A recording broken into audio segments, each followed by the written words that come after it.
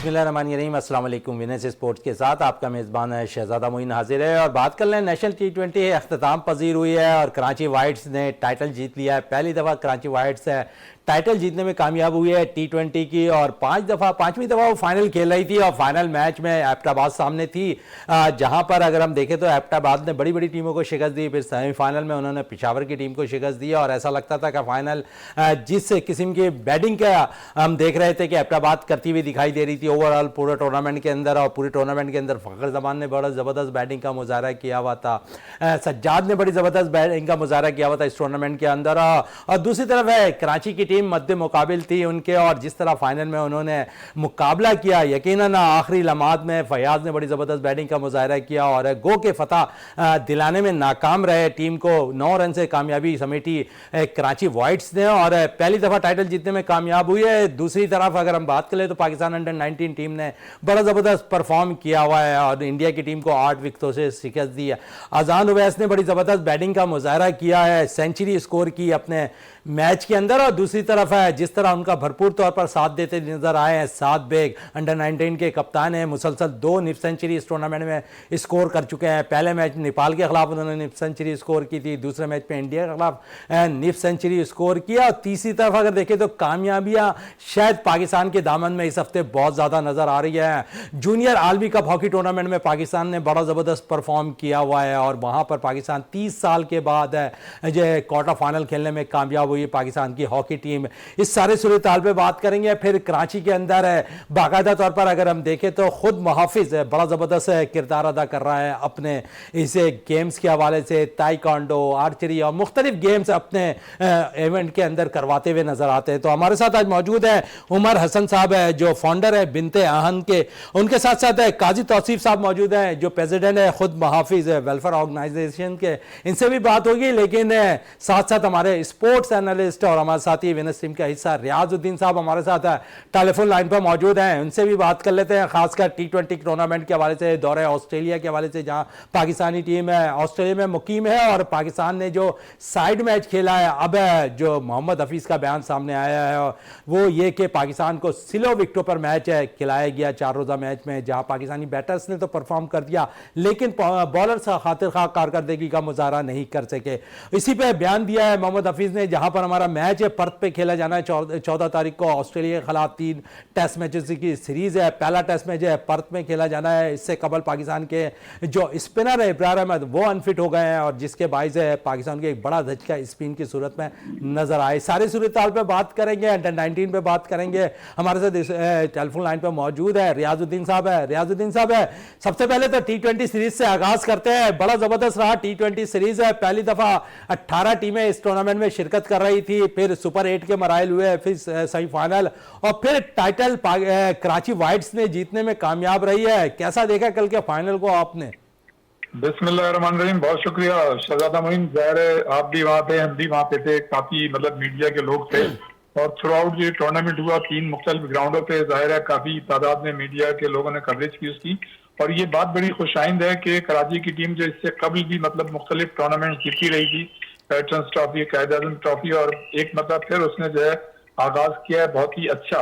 तो मैं ये समझता हूँ कि जैसा इस जाहिर है इस टूर्नामेंट में 18 टीमें थी और जो शुरू की परफॉर्मेंस थी पेशावर की, लग ऐसा रहा था कि पेशावर की टीम जो है वो ये टाइटल जीतने में कामयाब रहेगी। और उस वक्त जब कराची की टीम ने शुरू के मैचेस जीते थे तो ऑन एंड ऑफ कराची की टीम की परफॉर्मेंस ठीक थी लेकिन लगता नहीं था। लेकिन बहरहाल कराची की टीम ने सेमीफाइनल में, जैसा कि सबको पता है कि पिंडी को हराया बहुत ही अच्छे तरीके से और उसके बाद जो है फिर फाइनल में एबटाबाद की टीम को हराया। तो मैं ये समझता हूँ कि कराची के खिलाड़ियों ने एक फिर उस माजी की जो एक्स्ट्राऑर्डिनरी परफॉर्मेंस थी, जो पूरा इम्तियाज था कराची का, जैसा कि कहा जाता था कराची जो है नर्सरी है क्रिकेट की, तो यकीनी तौर पर उन्होंने अपनी परफॉर्मेंस से साबित किया कि कराची में ऐसे खिलाड़ी हैं जो किसी भी मैच का नक्शा पलट सकते हैं। हालांकि फाइनल मैच अगर हम देखें तो एबटाबाद की टीम ने जो है कंट्रोल हासिल कर लिया था और जो कराची के खिलाड़ी थे वो पहली इनिंग्स में जल्दी जल्दी आउट होते गए और उससे लगता है ऐसा था कि शायद जो है ये टीम जो है ज्यादा रन नहीं बना सकेगी। तो कराची की टीम ने रन तो ज्यादा नहीं बनाए थे लेकिन बॉलर्स ने हमारे जो कराची के थे उन्होंने एक्स्ट्रा रियाज साहब, ऐसा लगता है आपको कि तजुर्बों का नेवल बदल कुछ नहीं होता? और कल जिस तरह अनवर अली ने बॉलिंग की कराची की जानिब से, शाहनवाज धानी बॉल करते नजर आए और नौजवान उभरते हुए आफ्ताब आलम जिस किस्म की बॉल कर रहे थे, ऐसा लगता था कि कराची का पेस अटैक बड़ा मजबूत नजर आया कल। बिल्कुल ऐसा ही था। और मतलब ये जो अनवर अली की बॉलिंग की और जिस तरह से शाहनवाज धानी ने बॉलिंग की है, मैं समझता हूँ कि उन्होंने अगली पिछली सारी कसर उतार दी। और जिस तरह से तो मुख्तलिफ टीमों में पाकिस्तान की उनको नहीं लिया गया, लेकिन कल उन्होंने जो है बर वक्त कराची के लिए जो है परफॉर्मेंस दी और ये साबित किया कि वो अच्छी परफॉर्मेंस दे सकते हैं। मैं ये समझता हूँ कि बड़ा हेल्थी कंपटीशन था तमाम ही टीमों के दरमियान, और जितनी भी टीमों ने पार्टिसिपेट किया सभी ने ऑन एंड ऑफ जो है अच्छी परफॉर्मेंस का मुजाहरा किया। ये और बात है कि कराची की टीम ने सही वक्त पर क्लिक किया और उनके तमाम खिलाड़ियों ने अपना हिस्सा पूरा किया। इस तीनों टाइटल के अंदर रियाज साहब कैथरीन ट्रॉफी कराची की टीम जीतने में कामयाब हुई है, पाकिस्तान कप के अंदर कराची की टीम फाइनल में पहुंची है, T20 नेशनल में जो है कराची की टीम ने टाइटल जीता। तो इस दफा कराची का पल्ला काफी भारी रहा और कराची के नौजवान प्लेयर्स भी बड़ा ग्रूम होते हुए नजर आए। और साथ साथ इस वक्त अगर बात कर लें तो पाकिस्तान के मेंस टीम के अंदर जो दौरा ऑस्ट्रेलिया पे मौजूद है, वहां पर भी कराची के 6 लड़के कराची की नुमाइंदगी कर रहे हैं। नहीं बिल्कुल शहजादा, मतलब ये काफी अरसे बाद हमने देखा कि कराची के खिलाड़ी जो हैं वो टीम में आए, और न सिर्फ टीम में आए बल्कि उन्होंने जो है एक्स्ट्राऑर्डिनरी परफॉर्मेंस भी पेश की है। और ये किसी भी मैं समझता हूँ कि शहर के लिए जिसके खिलाड़ी काफी अरसे तक टीम में ना आए और फिर एकदम से वो अपनी परफॉर्मेंस से जो है एक्स्ट्राऑर्डिनरी दिखाएं, टीम में भी शामिल हो, तो ये बहुत बड़ी खुशनुमा है। और ये तो खुशाइन बात हो गई। दूसरी तरफ खुशियां समेटती जा रही हैं, खासकर अगर हम देखें तो अंडर 19 टीम भी जो एशिया कप के अंदर इंडिया को शिकस्त दे दी 8 विकेटों से। अजान उवैस ने बड़ी जबरदस्त बैटिंग का मुजाहरा किया, सेंचुरी स्कोर की। मोहम्मद जीशान जो फास्ट बॉलर निकल कर आए हैं, 6.5 फीट कद है, पहले मैच में 6 विकेटें, दूसरे मैच में 4 विकेटें लेने में कामयाब हुए हैं। बड़ा अहम रोल रहा है उनका इंडिया के खिलाफ कामयाबी में। बिल्कुल, इसमें तो देखिए कोई शक नहीं। और जितनी अच्छी परफॉर्मेंस हमारी टीमें पेश कर रही हैं, जब आपको याद होगा कि 1994 में वो पाकिस्तान की खेलों की हिस्ट्री का वाहिद साल था जब हम स्नूकर के चैंपियन थे। 4 टाइटल हमारे पास थे, 4 टाइटल थे, हॉकी और क्रिकेट के टाइटल, हम वर्ल्ड कप के चैंपियन थे। तो ये जो नवंबर दिसंबर का महीना है, ये बड़ा खुशबख्ती की अलामत साबित हुआ है। चले, खुशबख्ती की अलामत साबित हो रही है। साथ साथ कौमी हॉकी टीम के हवाले से क्या कहेंगे? जो जूनियर आलमी कप में पाकिस्तान मुसलसल 30 साल के बाद ऐसा मौका फराहम हुआ है कि पाकिस्तान की हॉकी की टीम जो है क्वार्टर फाइनल में पहुंची है। जी बिल्कुल शाहजादा, जब जूनियर वर्ल्ड कप पहला हुआ था तो वो पाकिस्तान ने जीतने का कारनामा अंजाम दिया था, और एक दुनिया में उन्होंने जो हलचल मचा दी थी जब जूनियर वर्ल्ड कप जीता था, पहला जूनियर वर्ल्ड कप जीता था। और अब एक मरतबा फिर ये टीम जो है खास तौर से उसके तमामी खिलाड़ी जो है बेहतरीन परफॉर्मेंस का मुजाहरा कर रहे हैं। और काफी अरसे बाद शहजादा हम ये देख रहे हैं कि हमारी टीम का जो है कॉम्बिनेशन निस्बतन बेहतर है, उसकी फिजिकल फिटनेस का म्यार ज्यादा अच्छा है, और खास तौर से मतलब स्टेमिना वाइज भी जो हमने देखा है तमाम मैचों में हमारे खिलाड़ी जो हैं वो बेहतरीन परफॉर्मेंस पेश कर रहे हैं। तो ये काफी अरसे बाद ऐसा हुआ है। और आप ये देखें, इसकी वजह ये भी है शहजादा कि इस टीम में सीनियर टीम के जो है 9 खिलाड़ी शामिल हैं जूनियर टीम में। तो इसका मतलब है कि उनको एक्सपोजर ज्यादा था और उन्होंने अपने तजुर्बे का भरपूर इस्तेमाल किया। जिस तरह से अभी हम जिक्र कर रहे थे कि कराची की टीम में जो तजुर्बेकार बॉलर थे उन्होंने उनकी एक्स्ट्राऑर्डिनरी परफॉर्मेंस के जरिए कराची की टीम टाइटल जीतने में कामयाब रही। तो यहाँ भी हॉकी में भी कौमी जूनियर हॉकी टीम में भी कौमी सीनियर हॉकी टीम के खिलाड़ी हैं जिन्होंने अपने तजुर्बे का भरपूर मतलब मुजाहिरा किया, तजुर्बे का भरपूर पर फायदा उठाया। 30 साल के बाद पाकिस्तान की जूनियर हॉकी टीम जो है क्वार्टर फाइनल में रिसाई हासिल करने में कामयाब हुई है। रियाजुद्दीन साहब, आपका बहुत बहुत शुक्रिया विनर्स स्पोर्ट्स में टाइम देने का। उमर हसन साहब हमारे साथ यहाँ पर मौजूद है, फाउंडर है बिनते आहन के। उमर साहब है मुतअद्दिद बाद आप हमारे शो पे आ चुके हैं और हमारी खुशनसीबी है। उमर साहब क्या कहेंगे मैं जिस तरह बिनते आहन काम कर रही है, ख़ासकर बाइक राइडिंग हो जाए, उसके अलावा सेल्फ डिफेंस, क्योंकि लड़कियों का बहुत ज़्यादा ज़रूरत होती है इन सब चीज़ों को सीखने की, आप लोग अपना किरदार किस तरह अदा कर रहे हैं और मज़ीद क्या बिनते आहन काम कर रही है? बहुत शुक्रिया शहज़ादा मोइन। मैं हमेशा आपको बहुत ज़्यादा रिगार्ड इस वजह से करता हूँ कि आप उन शायद पाकिस्तान के चंद एंकर्स में से हैं जो सोशल कॉजेज़ के ऊपर जो है वो ज़रूर बात कर रहे होते हैं और एक मास अवेयरनेस के अंदर अपना किरदार अदा कर रहे हैं एज एन मीडिया पर्सन। बिनते आहन की अगर हम बात करें तो बिनते आहन जो है वो पाकिस्तान में ख़वातीन के दो मेजर मसाइल हैं जिसकी वजह से ख़वातीन प्रॉस्पर नहीं कर पा रही, जिसकी वजह से ख़वातीन अपने करियर्स में आगे नहीं जा पा रही। नंबर 1 उनकी सेफ्टी, नंबर 2 उनकी ट्रांसपोर्टेशन। अगर आप किसी भी औरत का एक बुनियादी मसला देखें तो या तो उसको हिफाजत के मसाइल दरपेश हैं, या फिर अगर वो उनसे किसी तरह से ओवरकम करके बाहर निकल भी जाती है तो सबसे पहला सवाल होता है आओगी जाओगी कैसे। वो जो हैरेसमेंट तुम्हें बसेस में, चिंगचीज़ में, बस स्टॉप्स पे फेस करनी पड़ेगी तो उसका क्या करोगी। तो बिनते आहन पाकिस्तान की ख़वातीन के लिए एट लार्ज पाकिस्तान का पहला female bike riding club with self defence लेकर आया है, जो कि इन दोनों बुनियादी मसाइल से ख़वातीन को निकालने के मिशन के ऊपर गामजन है। हम ये समझते हैं कि बेशक आप कोई आईटी एक्सपर्ट हों, आप कोई डॉक्टर हों, कोई नर्स हों, आप ज़िंदगी के किसी भी शोबे से वाबस्ता हों, अगर ख़वातीन के ये दो मसाइल को हल कर दिया जाए और इसके ऊपर एक रेवोल्यूशनरी चेंज आने की ज़रूरत है जो कि आ रहा है। अगर ये मामला एक दफ़ा सेट हो जाए तो कोई वजह नहीं है कि ये जो 52% की आबादी पाकिस्तान के अंदर मौजूद है ये मेन स्ट्रीम के अंदर आ जाएगी, ये इकोनॉमिकल डेवलपमेंट में अपना किरदार अदा कर सकेगी, ये पाकिस्तान की मईशत को मजबूत कर सकेगी, ये एक बेहतर और मजबूत पाकिस्तान की बुनियाद रख सकेगी। क्योंकि एक चीज़ याद रखिएगा, माशरे की जो तकमील होती है, माशरे की जो बुनियाद होती है वो औरत से होती है। जब एक मजबूत औरत ही एक मजबूत माशरे को जो है वो जन्म दे सकती है। बिल्कुल जन्म दे सकती है। काजी तौसीफ साहब भी मौजूद है हमारे साथ, ख़ुद मुहाफ़िज़ वेलफेयर ऑर्गेनाइजेशन को प्रेसिडेंट है। काजी साहब, लड़कियों का किरदार अगर हम देखें तो बहुत ज़्यादा मायने रखता है, ख़ासकर घरेलू मामलात में। तो ख़ुद मुहाफ़िज़ जिस तरह काम कर रहा है, ख़ासकर मैं देखता हूँ कि तीरंदाजी भी सिखा रहे होते हैं वहाँ पर आप लोग, और दीगर गेम्स भी। सबसे इम्पॉर्टेंट इसमें एक सेल्फ़ डिफेंस है। जिस तरह मैंने उमर से बात की कि इस तरफ बहुत ज़्यादा तवज्जो देने की ज़रूरत है, और इसमें एक शौक़ की खातिर भी, और साथ अगर हम देखें तो सेल्फ़ डिफेंस के हवाले से भी लड़कियाँ बड़ी ज़्यादा पुरुमिद नज़र आ रही कि इस पर जाकर हम काम करें, इसको सीखें। क्या समझते हैं इस माशरे के अंदर इनका होना बहुत ज़्यादा ज़रूरी है, इस किस्म के गेम्स सीखना? जो हमारा बेसिक प्रॉब्लम है ना, वो हमारा जो एक फोकस है वो कभी एक तरफ रहता नहीं। हम हमेशा चीज़ों को जब भी डिस्ट्रीब्यूट करने निकलते हैं तो हम या तो नादारी की तरफ जाते हैं या हम मोहताजी की तरफ जाते हैं। हम कभी एम्पावरमेंट ड्रिवन होते नहीं।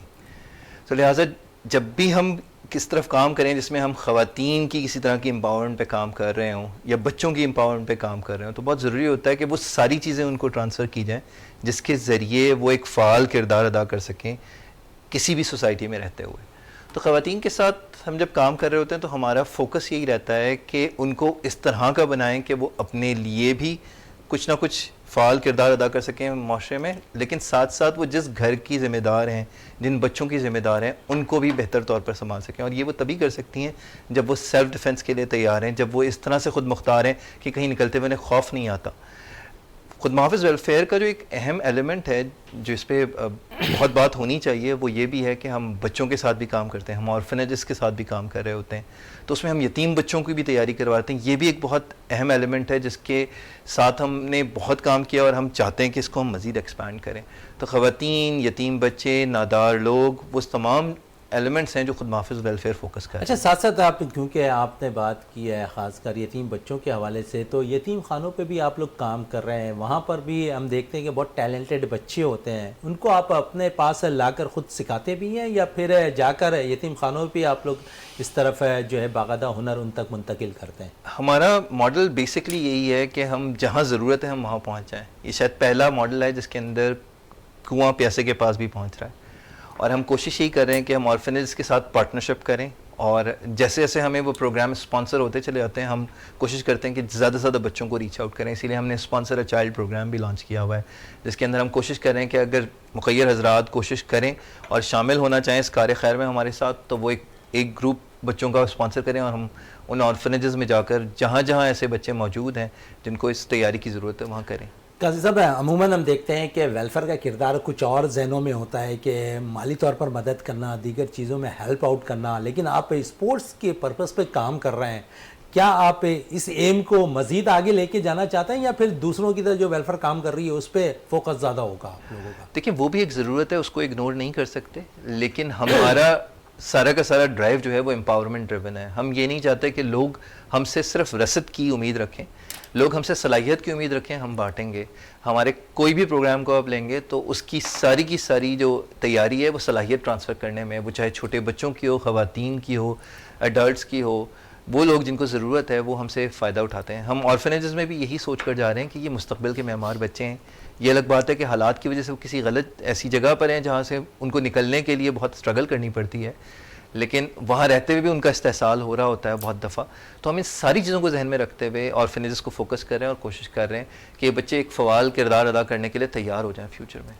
बिल्कुल, आपसे मज़ीद भी बात करेंगे। उमर साहब मौजूद हैं, फाउंडर हैं बिनते आहन के। उमर, मज़ीद क्या क्या है, क्योंकि अगर हम देखें तो बाइक राइडिंग में ख़ासकर इसलिए बात कर रहा हूँ कि अब रोज़मर्रा की ज़िंदगी में ख़वातीन का किरदार बड़ा इंपॉर्टेंट हो गया ऑफिसों में, और जिस किस्म की बात अभी चल रही थी कि बहुत ज़्यादा बसों में रश होता है जिसके बायस ख़वातीन को थोड़ी सी परेशानी होती है। ख़ुद अपनी मदद आपके तहत वो बाकायदा तो बाइक राइडिंग सीख रही हैं, जा रहे हैं, तो इसके लिए कोई एम बना के रखा हुआ आपने कि मज़ीद इस एम को बढ़ाना है? आपने बड़ा ही कसरे नफसी से काम लिया है कि थोड़ी सी परेशानी हो रही होती है, वो कतई थोड़ी सी परेशानी नहीं है। हम समझते हैं कि वो एक इंसान का इस्तेसाल हो रहा होता है जो कि हमारे बसेस के अंदर हो रहा है, जो हमारी चिंगचीज़ के अंदर हो रहा है। किसी तरक्की याफ्ता कौम के अंदर इस तरह से कम इंसानों के साथ सलूक नहीं किया जाता जिस तरह से हमारी बच्चों की भी बात, लेकिन बच्चियां ज़्यादा उससे अफेक्ट होती हैं। बसेज में एक पाँव अंदर है, एक पाँव बाहर है, यूनिवर्सिटी के पॉइंट्स हैं उसके अंदर लटक के जा रहे हैं। अब देखें, सबसे ज़्यादा अहम बात क्या है कि ये डिपेंडेंसी किसी तरह से ख़त्म होनी चाहिए जो पूरी कौम की किसी ना किसी पे बन गई है। मिन हैसुल कौम हमारा मुल्क जो है वो कहीं ना कहीं दूसरे अक़वाम के ऊपर डिपेंडेंट है। हम कहीं जो है वो मदद की उम्मीद रखते हैं, कभी IMF से, कभी किसी से। हमारा जो लोअर तबका है वो कभी NGO से मदद की उम्मीद रख रहा होता है, कभी किसी मज़ीद ताकतवर तबकों से उम्मीद रख रहा होता है। ये कब होगा कि हम अपनी इंडिपेंडेंट बावकार ज़िंदगी सेल्फ रिस्पेक्ट के साथ गुजारना सीखेंगे? ऐसा हम ये चाहते हैं कि जितनी भी बच्चियां हैं ये इनको अब तक तो देखें, कौम को एक बात समझ में आ गई है, वो ये कि आपके लिए कोई मसीहा कभी आपकी हिफाजत करने के लिए नहीं आएगा। आपको अपनी हिफाजत की, अपने ख़ानदान की हिफाजत की ज़िम्मेदारी खुद लेनी होगी। अगर ये चीज़ हमें समझ में आ गई है तो फिर हम ये चाहेंगे कि ये जो बच्चियां हैं ये अपने तमाम तर मामलात इंडिपेंडेंटली देखें, क्योंकि जब तक हमने इनको डिपेंडेंट रखा दूसरे अपने मर्दों पे किसी ना किसी तरह, तो 75 साल के रिजल्ट्स हमारे आज सामने हैं। हमने 75 साल में औरतों को मेन स्ट्रीम से हटाकर क्या अखज़ कर लिया, इसके लिए कोई अक्ल दाना होने की ज़रूरत नहीं है। ये तमाम के तमाम स्टेट्स भी शामिल, मतलब सबके सामने हैं, वो हालात भी सामने हैं, ये मामलात भी सामने हैं। अब हम ये चाहते हैं कि ये बच्चियां जो हैं, ये देखें, मोटरसाइकिल की हम बात क्यों कर रहे हैं कि इस वक्त अवेलेबल रिसोर्सेज में सबसे ज़्यादा जो कॉस्ट इफेक्टिव सॉल्यूशन है और जो उनके लिए सेफेस्ट सॉल्यूशन है वो बाइक राइडिंग है। बाइक राइडिंग सेफेस्ट कैसे कि खुद को अपना इस्तेसाल होने से बेहतर है कि आप खुद घर से बाहर निकलें, जिस वक्त आपको आना है जाना है, आपने अपनी सवारी ली और आप जहां आपका दिल चाहा आप चले गए, अपने काम पे चले गए, आप अपने बच्चों को लाना ले जाना कर सकते हैं। कोई भी ज़िंदगी के जो मामलात हैं, हम इसको 52% ख़वातीन जो कि हमारी मेजॉरिटी है इस मुल्क के अंदर, हम उसको वहाँ तक लेके जाना चाहते हैं। बिनते आहन उसके ऊपर गामज़न है और हम इंशाल्लाह वहाँ तक लेके जाएंगे। इसको वहाँ तक लेके जाएंगे। काजी साहब की तरफ चलते हैं। काजी साहब, ख़ुद मुहाफ़िज़ है क्योंकि बहुत अहम रोल अदा कर रहा है, और साथ साथ अगर हम बात करें तो ख़ासकर उन औरतों के लिए भी बड़ा हम देखते हैं कि पॉजिटिव रोल अदा कर रहा है जिनके साथ कुछ ज़ातियाँ भी हो रही हैं। तो आप लोग अपने ख़ुद मुहाफ़िज़ के प्लेटफॉर्म से कितना उनकी हेल्प आउट कर रहे होते हैं? देखिए, पोस्ट स्ट्रेस तो हम क्या ही फोकस कर पाएंगे क्योंकि उसके बाद ट्रॉमा बहुत बढ़ जाता है, लेकिन हमारा फोकस यही है कि डैमेज को होने से पहले कंट्रोल करें। इस तरह का कोई इस्तेसाल होने से पहले हमारे बच्चे तैयार हों, हमारी ख़वातीन तैयार हों। वेलफेयर के हवाले से मैं आपको सिर्फ यही सबसे अहम बात बता सकता हूँ कि हमारी कोशिश है कि अवेयरनेस फैलाएं। सबसे पहले तो ये एक्सेप्टेंस फैलाएं कि इस्तेसाल है, दूसरा ये कि इस्तेसाल का तदारुक है, उस तदारुक की तैयारी है और उस तैयारी के लिए हम तैयार हैं। और इसी तैयारी को हम करते करते करते आज यहाँ तक पहुँचे हैं कि हम खुद वास्ते वेलफेयर के प्रोग्राम को लेकर अक्रॉस द पाकिस्तान जाने के लिए तैयार हैं। हमारे लोकल कोचेज़ हैं, हमारे नेशनल पार्टनर्स हैं जिनके साथ हम ये काम पाकिस्तान के किसी भी इलाके में करने के लिए तैयार हैं। और इसी वजह से अब हमारे पास न सिर्फ छोटे इदारे या यतीम खाने या ऐसे इदारे जो ख़वातीन के लिए काम करते हैं वो आ रहे हैं, बल्कि अब हमारे पास कॉर्पोरेट एंटिटीज़ भी आना शुरू हो गई हैं जो कि अपनी ख़वातीन को, फैक्ट्री में काम करने वाली ख़वातीन को, अपने मुख्तलिफ सेक्शंस में काम करने वाली ख़वातीन को तैयारी करने के लिए तैयार हैं। और हम चाहते हैं कि हम तो एक कहते हैं ना, एक बहुत समंदर में कतरे से भी छोटी हैसियत रखते हैं। हम चाहते हैं कि ये काम इतना बढ़े, हमें हमारी देखा देखी लोग और ये काम करें और हम इस काम को इतना फैलाएं कि एक वक्त आए कि हम फ़ख्र से कह सकें कि हमने सबको तैयार कर लिया है। अब जो इस्तेहसाल होगा वो सिर्फ़ और सिर्फ शायद गैर महंगी की वजह से हो सकता है या गैर आगही की वजह से हो सकता है, और कोई वजह नहीं। और फिर साथ साथ हम देखते हैं जो एकेडमी आपकी रन कर रही है वहाँ पर भी बतदरीज जो है इजाफा होता हुआ जा रहा है, ख़ासकर ख़वातीन, बॉयज़ सभी का, और ख़ासकर जो ओवर एज है मर्द और ख़वातीन हैं वो भी आपकी एकेडमीज़ में आगे बाकायदा तौर पर सीखने की कोशिश कर रहे हैं। बिल्कुल ऐसा ही है, और इसमें मैं शुक्रगुजार रहूँगा आप जैसे तमाम जर्नलिस्ट और तमाम एंकर्स का, जो कि इस बात की भरपूर कोशिश करते रहते हैं कि हमारा काम हाईलाइट होता रहे, आइडेंटिफाई होता रहे और रिकग्नाइज होता रहे, और इसी वजह से एक जनरल मास में अवेयरनेस फैलती जा रही है। लेकिन जैसे मैंने कहा, ये एक समंदर में कतरे के बराबर है, जितना काम करेंगे, जितना फैलाएंगे उतना बढ़ेगा। चलें, जितना काम करेंगे हमारी भी दुआ है कि वो इतना ही काम बढ़ता जाए और आपको दिन दुगनी रात तो दुगनी तरक्की मिलती रहे। उमर साहब, बात हो रही थी ख़ासकर बिन्ते अहन की, और पिछले दिनों भी हमने देखा कि एक अवार्ड आप लोगों को मिला, आपकी खातून को, और मेरे ख्याल में पहला अवार्ड था जो शायद किसी खातून को बाइक राइडिंग के वजह से, अगर मैं गलत ना हूँ तो इसकी तशरीह आप कर दीजिएगा। लेकिन आप समझते हैं कि मज़ीद आप लोगों का मज़ीद और एम होना चाहिए, सिर्फ एक अवार्ड्स के पीछे नहीं, आपको काम करना है, काम करना है, काम करना है। देखें, हमने तो कहा कि 52% आबादी जो है वो हमारा हदफ है और हम उसी के पीछे गामजन हैं। हम प्राइम मिनिस्टर साहब के बहुत शुक्रगुजार थे, उन्होंने जो है वो इस बिन्ते अहान की पूरी एक एफ़र्ट को जो है वो रिकग्नाइज़ भी किया। HEC और दूसरे प्राइम मिनिस्टर यूथ प्रोग्राम जो हमारे साथ इदारे इस वक्त काम कर रहे हैं। देखें, अहम ज़रूरत क्या है? क्या ये किसी एक दो घरानों की ज़रूरत है? क्या ये किसी एक नीश मार्केट की ज़रूरत है? हम जो बात कर रहे हैं वो पाकिस्तान की 52-53% आबादी को एम्पावर करने की बात कर रहे हैं। बाइक राइडिंग हमारे यहाँ टैबू क्यों है? मतलब क्या ये सवारियों में आती नहीं है? क्या इससे पहले जो है वो, अगर हम जो इस्लाम के शुरू के अयाम थे उसके अंदर हमें घुड़सवारी नज़र नहीं आ रही, उसके अंदर हमें ऊँटों पे बैठना नज़र नहीं आ रहा, तो जब औरतें दूसरे ममालिक में स्पेसशिप चला सकती हैं तो भाई वो पाकिस्तान में बाइक चलाने पे उनके लिए क्या प्रॉब्लम है? वो क्यों नहीं कर रही? मुझे ऐसा लगता है इसमें दो कबाहतें हैं, दो मसाइल हैं, एक माशरती और दूसरा ख़वातीन का अपने साथ। आपने देखा है ना कि वो जब हाथी का बच्चा छोटा सा होता है उसको उसके पाँव में एक छोटी सी रस्सी बांधी जाती है, वो आप वक्त के साथ वो तोड़वाने की कोशिश करता है, शुरू में जो है वो कोशिशों में लगा हुआ होता है, लेकिन उस वक्त उसके अंदर इतनी जान नहीं होती। थोड़े टाइम के बाद वो बड़ा हो जाता है और वो उस रस्सी को बहुत आराम से तोड़ देता है, लेकिन वो कोशिश करना छोड़ देता है। तो बिल्कुल यही मुझे लगता है कि मामला है हमारी ख़वातीन का, कि डर इतना ज़्यादा उनके अंदर एम्बेड हो गया है, बचपन से इतना ज़्यादा डराया गया है हर चीज़ से, हर पहलू से ज़िंदगी के, कि वो बाहर बड़े होते होते उन्होंने कोशिश करनी ये अवेयरनेस आप किस तरह आगे फैलाएंगे उमर साहब है, क्योंकि अभी भी ये जरासीम हमारे पास है, मौजूद है। देखें, बहुत पॉजिटिव रोल उसके अंदर आप जैसे सहाफ़ी अदा कर रहे हैं। हम एज एन ऑर्गेनाइजेशन अपनी कैपेसिटी के अंदर कॉलेजेस में, यूनिवर्सिटीज़ में, कॉर्पोरेट सेक्टर तक अवेयरनेस लेके जा रहे हैं, और हम ये चाहते हैं कि जो हमारे मुल्क के की कॉर्पोरेट प्लेयर्स हैं वो अपने मुल्क की डेवलपमेंट के अंदर इन ट्रू डेवलपमेंट काम करें, बजाय इसके कि आप किसी को कोई चीज़ फ्री में दे दें, आप कोई एक दफ़ा का कोर्स करवा दें और फिर वो मतलब किसी को एक आपने खाना खिला दिया, वो अगली दफ़ा फिर भूखा है। Why we are not teaching people के भाई, चाइनीज़ एक माकूला है ना, instead of giving them fish teach them how to fish. आप कब तक लोगों की डिपेंडेंसी पे क्रिएट करके रखेंगे?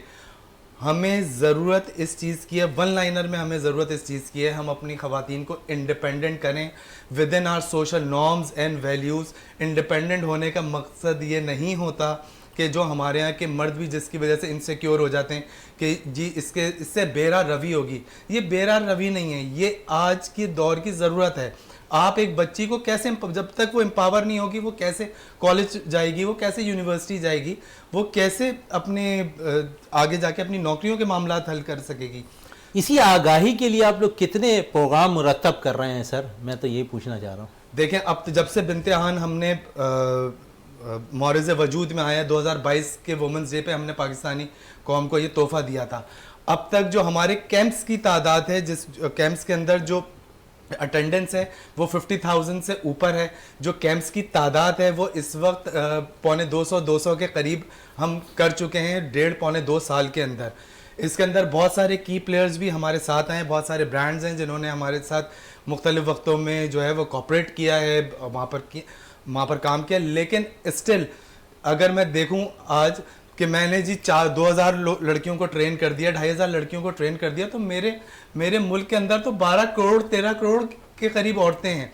इस कोशिश को बढ़ाना होगा, इसके अंदर मज़ीद लोगों को अगर आप चाहते हैं कि पाकिस्तान इस्तेकाम की तरफ बढ़े तो उसके लिए पार्टी के बजाय आप वो उन इनिशिएटिव्स को सपोर्ट करें जिससे जो है वो पाकिस्तान जो है वो तरक्की के रास्ते पे गामजन हो सके। चलें, तरक्की के रास्ते पर गामजन हो सके पाकिस्तान, हमारी भी दुआ है इंशाल्लाह पाकिस्तान ज़रूर तरक्की के रास्ते पे गामजन होता हुआ नज़र आएगा। काजी तौसीफ साहब, यकीनन तरक्की याफ्ता ममालिक की एक पहचान होती है कि उनके ख़ासकर ग्रास रूट जैसे स्कूल्स की सतह है वहाँ से, क्योंकि यतीम खानों पे तो आप काम कर रहे हैं, स्कूलों पे कितना काम कर रहे हैं, यूनिवर्सिटी पे कितना काम कर रहे हैं, कॉलेजेस पे कितना काम कर रहे हैं आप लोग, और सिर्फ प्राइवेट पे काम करने की कोशिश है या गवर्नमेंट सतह पर भी जो स्कूल्स हैं उनको भी अवेयरनेस देने की ज़रूरत है? बिल्कुल, हर हवाले से काम हो रहा है। आई थिंक अगर मैं ज़्यादा नहीं कह रहा तो आई थिंक 1 in 3 हमारी जो एक्टिविटी है वो स्कूलों के साथ है।